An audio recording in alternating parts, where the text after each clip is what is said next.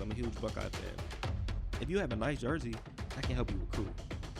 Please get these ladies paid. We're going to do what we want, and you're going to have no choice but to respect it. So basically, the NCAA was saying you can't benefit off of your athletic reputation, but we can. It's 5 seconds on the clock. Are you going to fold under the pressure, or are you going to rise to the occasion and make a name for yourself?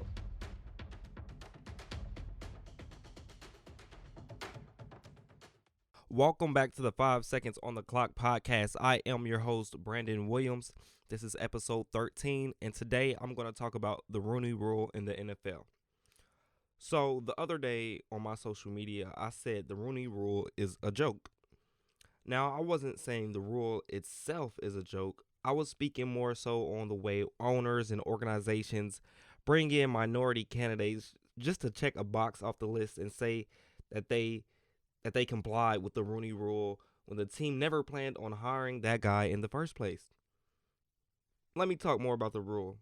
The Rooney Rule was introduced in 2003, and it required that all teams interview at least one minority candidate for coaching and front office positions, and that includes head coaching. In 2003, there were 3 minority coaches in the NFL, and today, in 2020, there's only 4. In a league where over 70% of the players are black, and it's not like there aren't any worthy or deserving candidates out there. A few years ago, teams are hiring offensive coordinators and defensive coordinators, so the minority coaches looking for head coaching opportunities need to be in the coordinator pipeline, as they called it. But if you look around the league at guys like the Chiefs offensive coordinator Eric Bieniemy, who has done a great job under Andy Reid in Kansas City, Robert Saleh, the defensive coordinator in San Francisco, who has one of the best defenses in the league this season, Leslie Frazier, the defensive coordinator in Buffalo, who is the former head coach of the Vikings. These are all worthy candidates. And then there are former coaches like Marvin Lewis and Jim Caldwell, who have both not only been head coaches, but have had success in this league.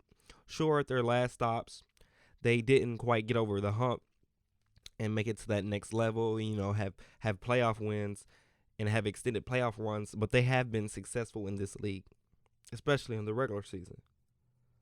I've watched a lot of sports talk shows and read some articles, and a lot of people are saying organizations aren't signing minority candidates to head coaching positions and front office positions because they are hiring people they can relate to.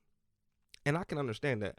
That's human nature. It makes perfect sense because as humans, we're all naturally attracted to people that look like us or people that we can easily relate to. So I can see how owners and GMs could subconsciously make a decision based on that. But this is something that has been brought to their attention for too long. People have been saying this for decades. So it's not like, oh, well, we're doing this subconsciously. We don't actually know that we're doing this.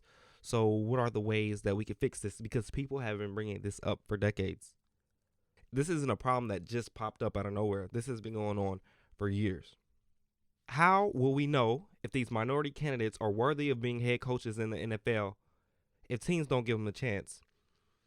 And another thing, why does it always have to be taking a chance when it comes to minority coaches? Because there have been plenty of instances where a white coach that had a bad experience in his first stop as a head coach, and then another opportunity opens up, and they're a top candidate, or they get the job with little to no hesitation. I've seen that way too many times. Look right now at Josh McDaniels.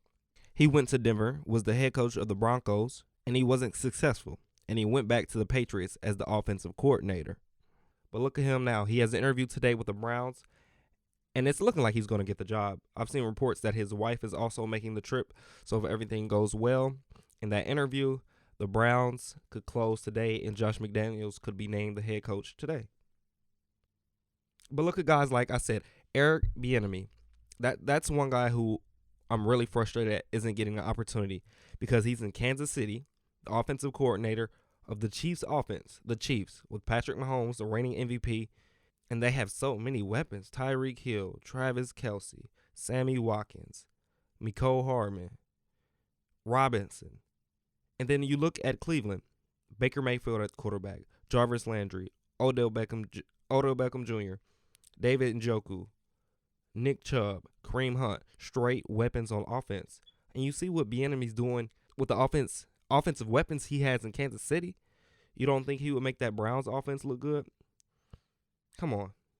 In a game where people are moving more towards these high-power offenses, even though I think right now, if you look at the playoffs, the best teams, to me, are the teams that can run the ball.